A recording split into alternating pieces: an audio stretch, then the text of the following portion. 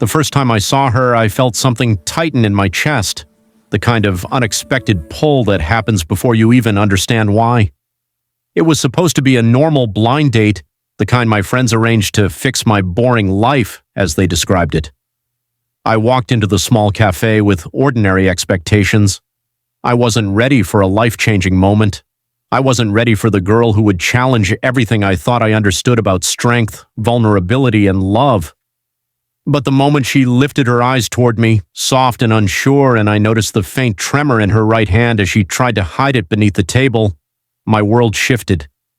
I didn't know I was walking towards someone who carried invisible storms behind her calm smile, someone who believed she wasn't worthy of being chosen. I didn't know I was about to be told, "You don't have to stay if it's pity," words that would haunt me long after the night was over, long after I realized the truth behind her secret. If you believe in kindness, second chances, and stories that remind us what humanity truly means, please take a moment to like, comment, share, and subscribe to the Kindness Chronicles. It helps the channel grow and keeps inspiring stories alive. From the outside, our date looked normal.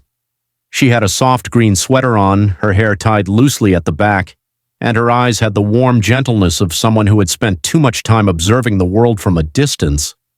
She laughed politely, although the laughter didn't quite reach her eyes. She shifted uncomfortably every few minutes, adjusting her position like something hurt, but she didn't want it to show. I didn't pay attention to it at first. I was too focused on her voice, the delicate way she described her favorite books, the spark that flickered in her eyes when she talked about painting landscapes she never actually visited. It felt like she lived her life in small, controlled movements, never too loud, never too demanding, as if she feared the world would collapse if she took up too much space. I only realized something was wrong when she stood up to leave and her legs buckled slightly before she caught herself. The movement was subtle, almost invisible, but there was fear in her eyes, a sudden freezing of expression that made my heart sink. She tried to hide it. She tried to laugh it off. I didn't push. Maybe because I didn't understand yet. Maybe because some part of me sensed she was carrying something she wasn't ready to share. But as I walked her to the door, I noticed the uneven rhythm in her steps. She leaned ever so slightly on the wall before pushing herself forward, refusing help even when she clearly needed support. She said goodbye with a polite smile, the kind of smile that's designed to keep people at a distance, not draw them close. I didn't expect to see her again. A week later, her friend, who had arranged the date, confessed to me that the girl Maya hadn't wanted to go. She had been tricked into agreeing, pushed into the date out of her friend's desperation to help her feel normal again. "She's half-paralyzed," her friend said in a guilt-ridden voice. "Her right side doesn't work the way it used to. She had an accident months ago. She thinks no one will ever choose her again." Her voice trembled. "She told me not to tell you. She said she didn't want pity." The words dug into me, sharp, heavy, and painful. I didn't know what shocked me more, the fact that she was living with a condition she tried so hard to hide, or the belief she carried that her worth depended on being physically perfect. I thought about her eyes that night, the quiet spark, the hidden sadness, the way she tried to stand tall even when her body betrayed her. I knew I couldn't pretend I didn't care. I knew I had to see her again, not because of pity, but because something in her silence spoke to a part of me I didn't know was lonely. When I showed up at her home, she was startled. She looked embarrassed, vulnerable in a way that felt heavier than any confession could. And that's when she said it, those words that would replay in my mind like an echo carved into stone. She said I didn't have to stay if it was pity. She said she didn't want to become someone's responsibility, someone's burden. She said she preferred loneliness over being chosen out of obligation. Her voice cracked as she tried to hide the tremor in her fingers, the stiffness in her leg.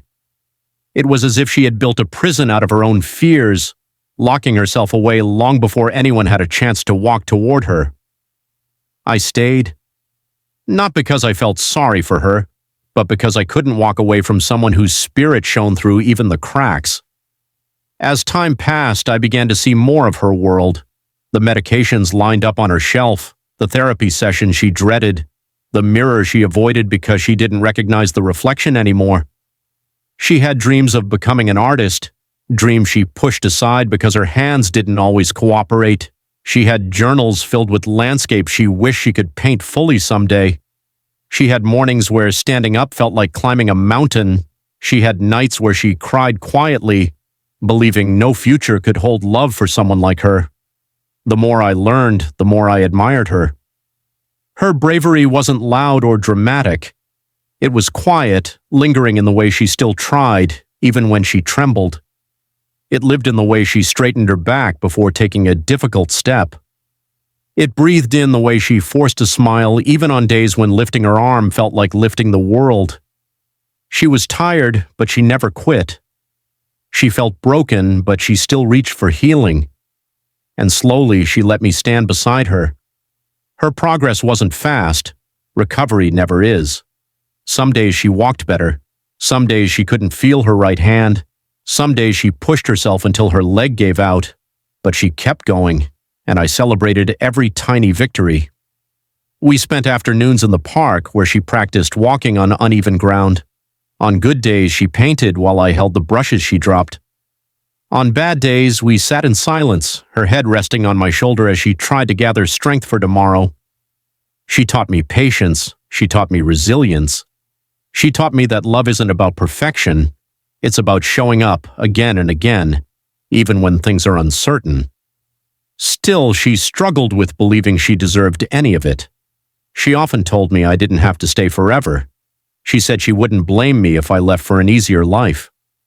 Her fears were deep-rooted, shaped by people who disappeared after her accident, people who once promised love but retreated when she needed them most. She didn't trust easily. She couldn't see the strength I saw in her. But slowly she allowed herself to hope again, not because her body was healing, but because she finally understood that she wasn't alone. Months passed.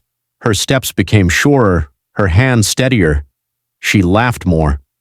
She painted again, slowly, carefully, with determination that softened my entire heart. She painted the landscapes she once only imagined. She painted her pain. She painted her healing. One day she painted a silhouette of two figures standing together at the edge of a sunset, a symbol, she said, of people who refused to give up on each other. It was her way of saying she had begun to believe in us. And I realized then that loving her was never about choosing someone fragile. It was about choosing someone unbelievably strong. Her condition didn't define her. Her courage did. She didn't need saving. She only needed someone who wouldn't run when life got difficult.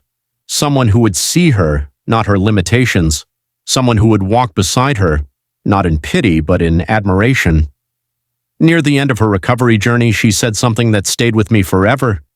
She said she finally understood why I stayed. It wasn't because she needed help.